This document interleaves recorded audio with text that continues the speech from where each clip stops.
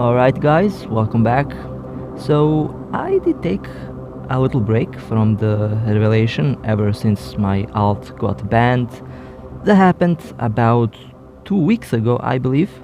Now I have some good news. My alt will probably be unbanned next week, right after weekend ends, and hopefully I'll be able to get back in action with this thing.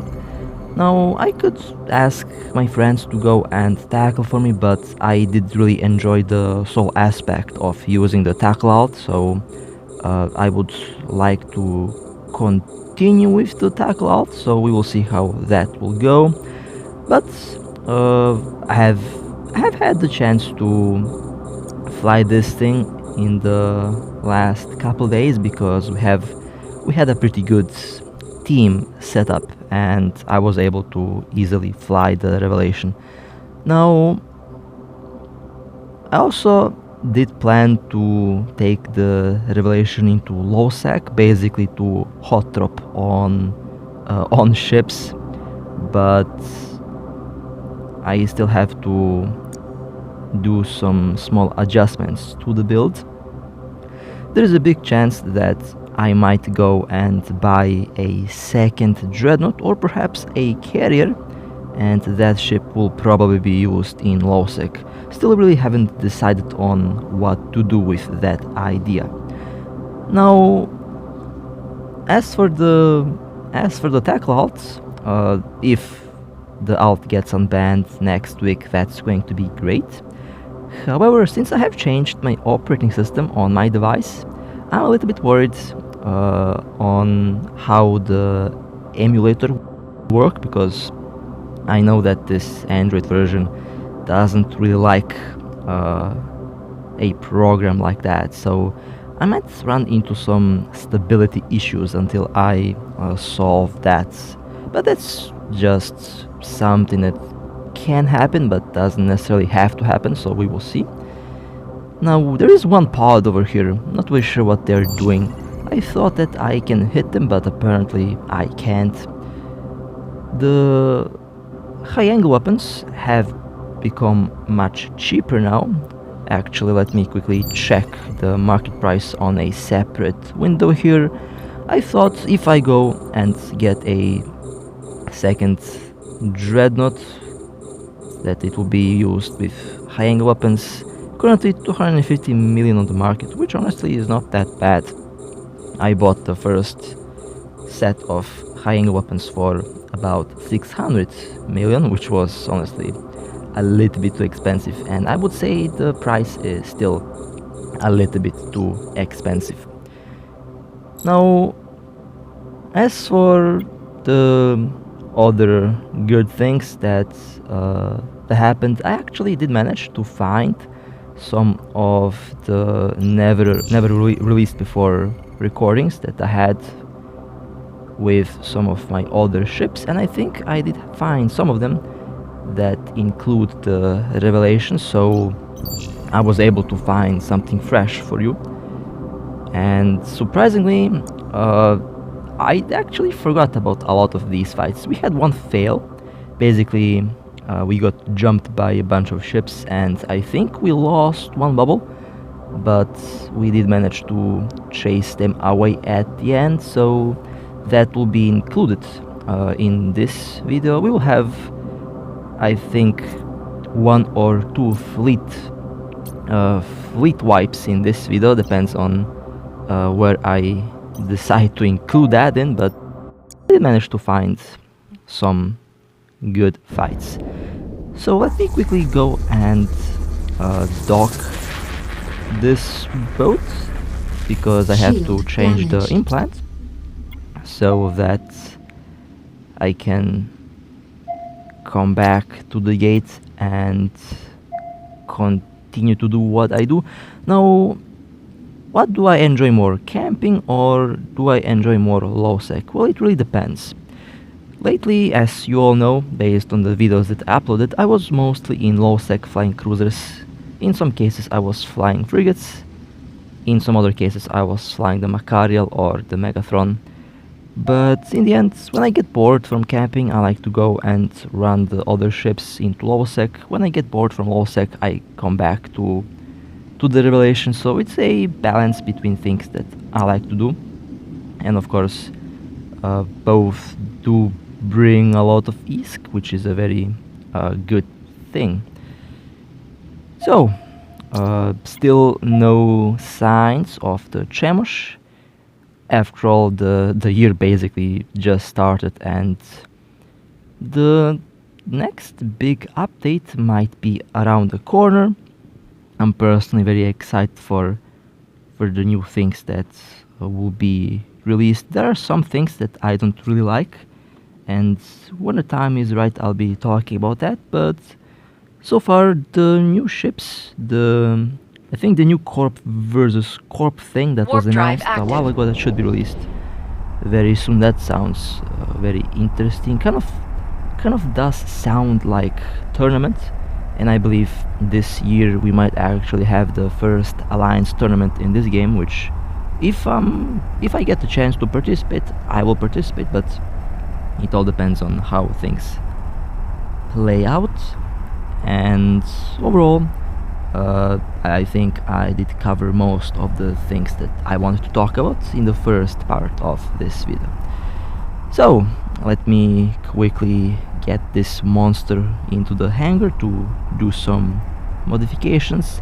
The shield is missing because we were testing out some things, and so far I'm very happy with the tank of this revelation. It is tanked to the limit, Docking and request currently accepted. the tankiest ship that I have. It's ridiculously tanky. It should be able to survive a lot of DPS.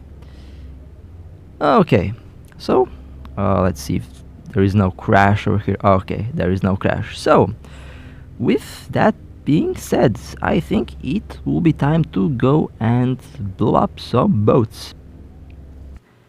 So, this is the little fleet that I was talking about. Now, my alt is getting tackled, and I did have a weird build because I was testing out some things. We have one phantasm, well, two phantasms. The alt is getting shredded. The timer on the alt is out, so let's jump the alt out. Let's see which one of these ships will be the primary target. Okay, it's this phantasm. 31,000, that was a big hit. Phantasm is now into hull.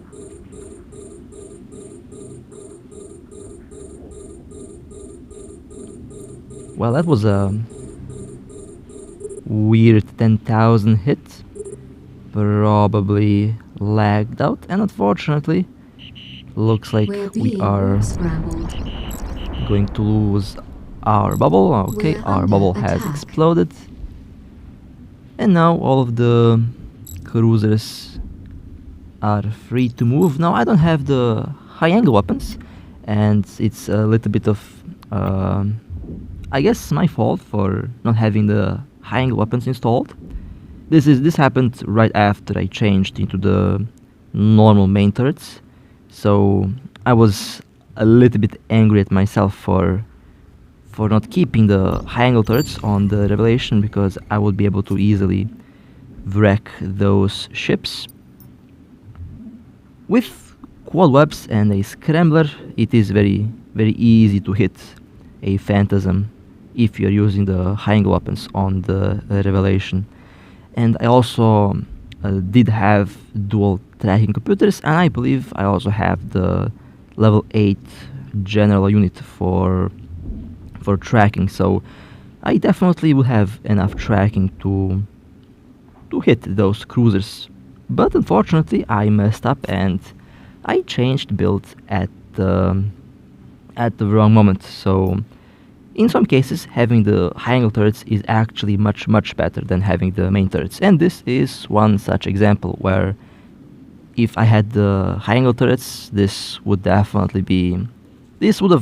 went in a whole different direction, but it's okay, it happens, not a big issue. Now, the next target, or next targets, we have one Tempest, one Dominix, and there is one more Dominix jumping in. We have another little fleet over here, and the primary target will be the Tempest. Now, in a situation like this, it is important that you focus the ships that are at the edge of the bubble, because with one bubble it is a little bit difficult to hold a lot of ships at once, so I'm trying to destroy the ones that are at the edge of the bubble. Now, the bubble pilot is not going to move, because if the bubble pilot is moving, then there's a chance that we lose one, and we are trying to catch all of them. So currently this is the best option. There's only two of us. Unfortunately, if I had my tackle out here, things would be different.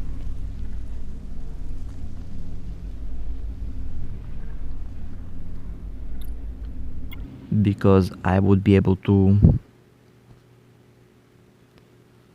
web one target and basically would do full damage. Now, I just noticed that one of the battleships is basically behind the gate, and their trajectory is going to put them right through the bubble, while the other one unfortunately warped out because they did spawn right at the edge, while this Dominix has to go through the whole bubble, and well, the Dominix got destroyed.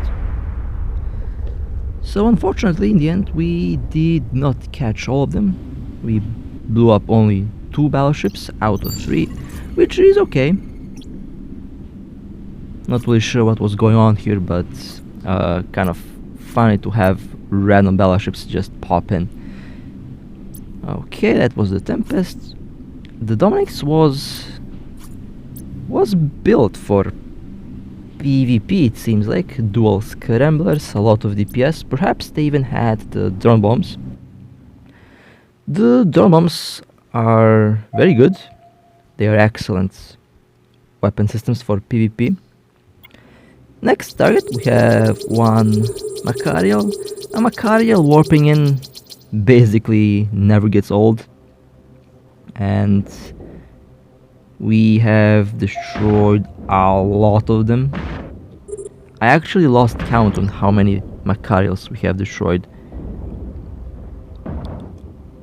The Macarial is now into hole. They did try to burn with the mic warp drive to the gate, but that didn't work. And looks like I finished most of the Concord missions.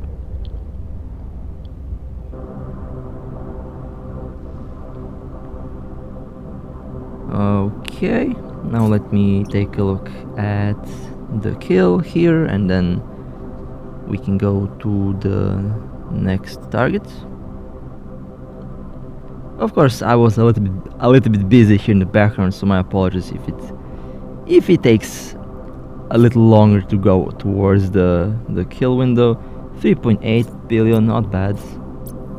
I'm quite satisfied with that number. And next target, we have a rattlesnake. The rattlesnake is moving, and looks like we have no tackle. Okay, that's interesting.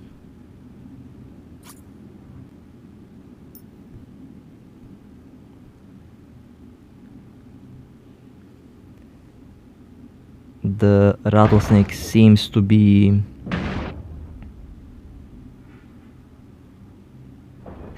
boosting shields, which means they are active. Now they have been webbed and scrambled for a while. The rattlesnake is a very good ship. I actually did have plans to fly one, but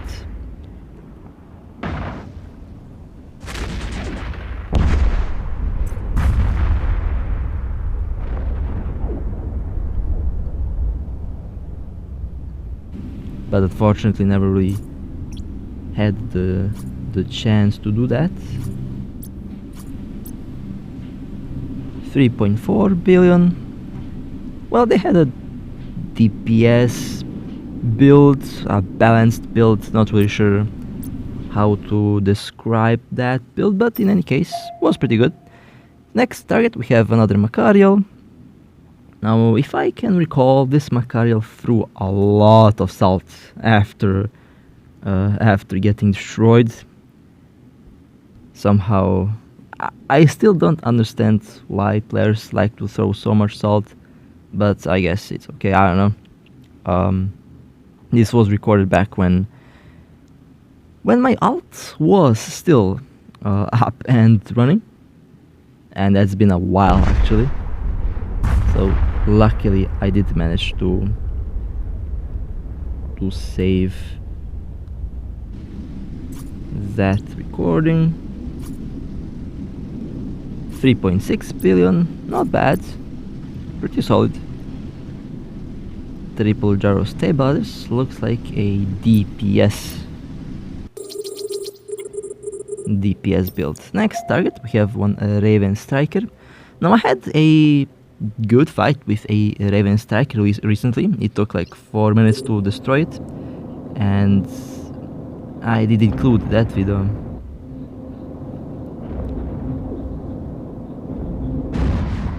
A while ago, so I did not want to repeat it twice, but that fight with that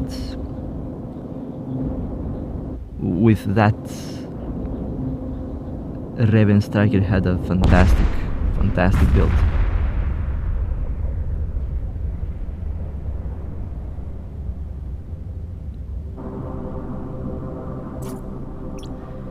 Let's take a look at the kill on this one. 2.2 billion. The last Raven Striker that we have destroyed was 6+ billion.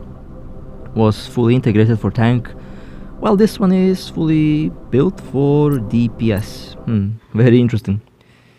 Next target, we have the Typhoon 2. The Typhoon 2 is a very fun to fly ship, one of my favorites actually.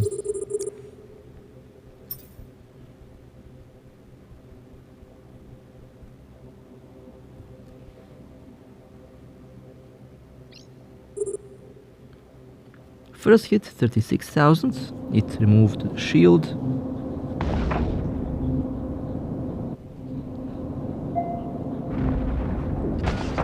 Second hit removed the armor.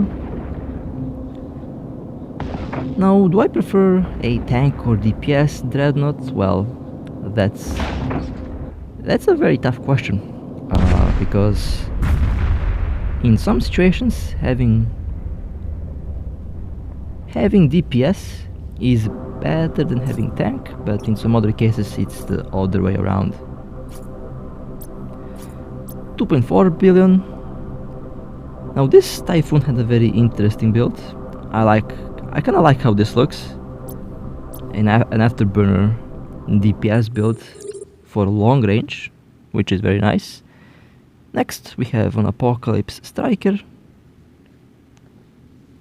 Apocalypse Strikers can have some really nice modules installed. After all, lasers are still really expensive, and the Apocalypse Striker is usually the #1 ship that's being used for missions. Now I know I still haven't made a video about the Apocalypse Striker using beam lasers. I think I'll do that very soon.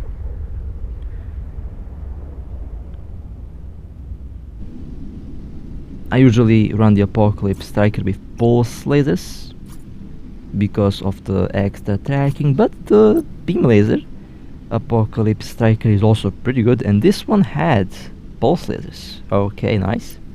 The pulse laser Apocalypse with webs is very, very scary. Next we have a Tempest. Okay, webbed.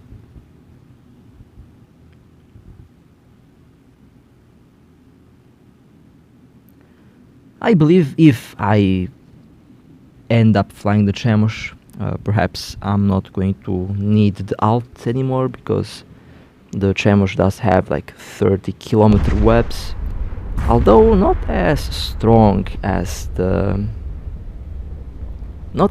definitely not as strong as the webs on a Serpentis ship, but it can be helpful. 498 million, this was a sniper. Well, I think it was a sniper. It has a lot of gyro stabilizers. Overall was a decently fitted cheap Tempest. Next we have one Cinnabal, and the Cinnabal is destroyed. Well, that was quick.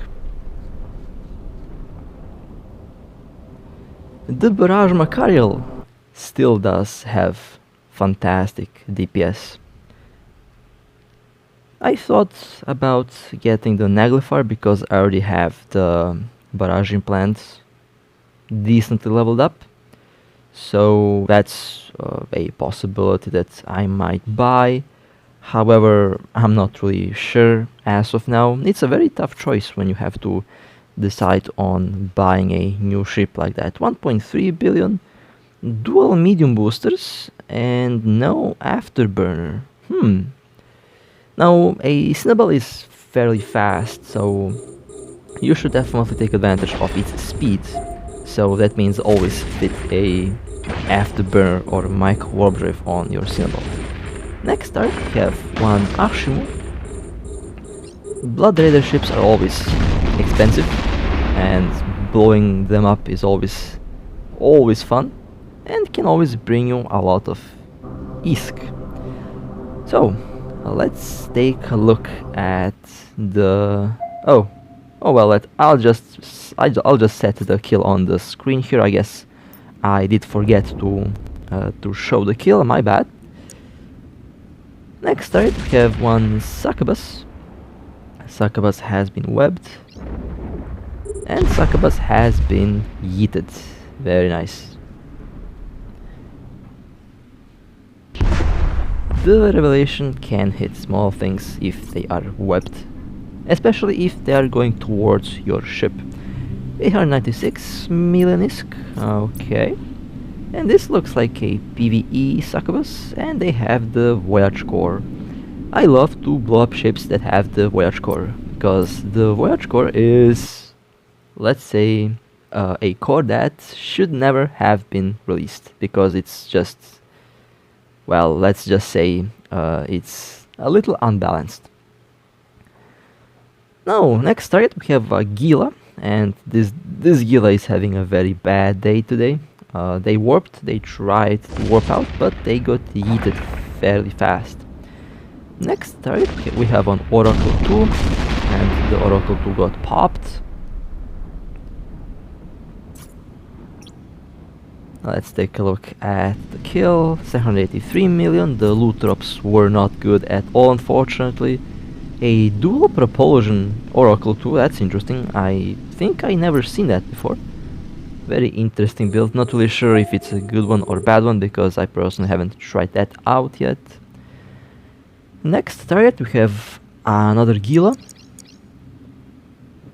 Quad heat sinks are up and running, and the Gila got vaporized. The laser went right through the ship, that's interesting. Okay, well that's one faction cruiser less. Let's take a look at kill. 1.6 billion, triple adaptives, one medium booster, one micro warp drive, a small Nosferatu. Okay, not really sure why a small Nosferatu, but looks okay. I would just replace, that medium booster into a large booster and dual medium Nosferatus, but it does look okay. And the next start, we have another Cinnabal. Well, we had another Cinnabal that got deleted really quickly. Okay, let's go back around the Revelation and let's take a look at the kill. 1.3 billion, this is about the average price of a Cinnabal.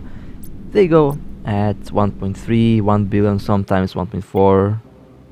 Sometimes you catch a B-type and things like that. Now here we had one RB, and well, the RB is actually a friend, and I almost killed the RB, so thankfully I quickly swapped back to the Gnosis.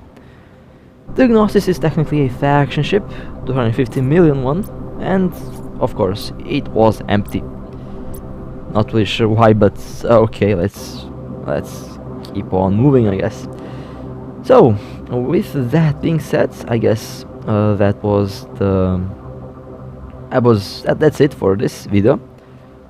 Overall, I'm definitely looking forward to seeing my alt finally being unbanned, so fingers crossed that it happens next week. Now, again, the main issue after that would be to get the emulator working again, so that might be a problem. Hopefully I don't run into any other issues, so that's finally. I mean, I'm very happy that things are actually that they became a little bit better. After all, there was a lot of things that have happened, and the alt getting banned was just the cherry on top. So with that being said, I really hope that you guys enjoyed. I love you all, stay safe, fly safe, and as always, I'll see you next time.